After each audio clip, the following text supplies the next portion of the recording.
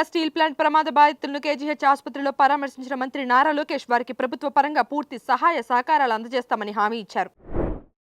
Visakha steel plant ప్రమాదంలో 8 మంది మృతి చెందగా గుర్తుపట్టలేనంతగా ఉన్న మృతదేహాలను గుర్తించేందుకు కేజీహెచ్లో DNA పరీక్షలు నిర్వహిస్తున్నామని ఆసుపత్రి సూపరింటెండెంట్ తెలిపారు.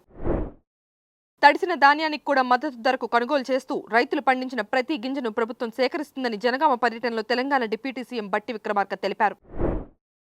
ప్రముఖ పుణ్యక్షేత్రమైన బాసర వద్ద గోదావరి నదిలో 3 అన్నదమ్ములు గల్లంతయ్యారు. హైదరాబాద్కు చెందిన 3 అన్నదమ్ములు గోదావరిలో పుణ్యస్నానానికి దిగి గల్లంతయ్యారు. కేరళ మాజీ సీఎం పినరయి విజయన్ కుమార్తె వీణకు ఈడీ సమన్లు జారీ చేసింది. Cochin minerals and rutile limited అక్రమ లావాదేవీల్లో ఆమె ప్రమేయం ఉన్నట్లుగా ఆరోపణలు రావడంతో కంపెనీల చట్టం ఉల్లంఘన కింద అభియోగాలు నమోదయ్యాయి. గ్రేట్ నికోబార్ ఎయిర్పోర్టుకు కేంద్రం అనుమతులనిచ్చింది. 13,000 రూపాయల కోట్లతో పౌర సైనిక విమానాశ్రయాన్ని నిర్మించనుంది.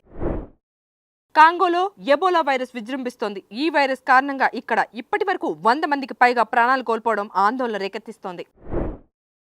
పాకిస్తాన్ ఆక్రమిత కశ్మీర్లో ఉద్రిక్త పరిస్థితులు నెలకొన్నాయి. పాకిస్తాన్ భద్రతా దళాలు నిరసనకారులకు మధ్య జరిగిన ఈ ఘర్షణల్లో దాదాపు 30 మంది ప్రాణాలు కోల్పోయినట్లు తెలుస్తోంది.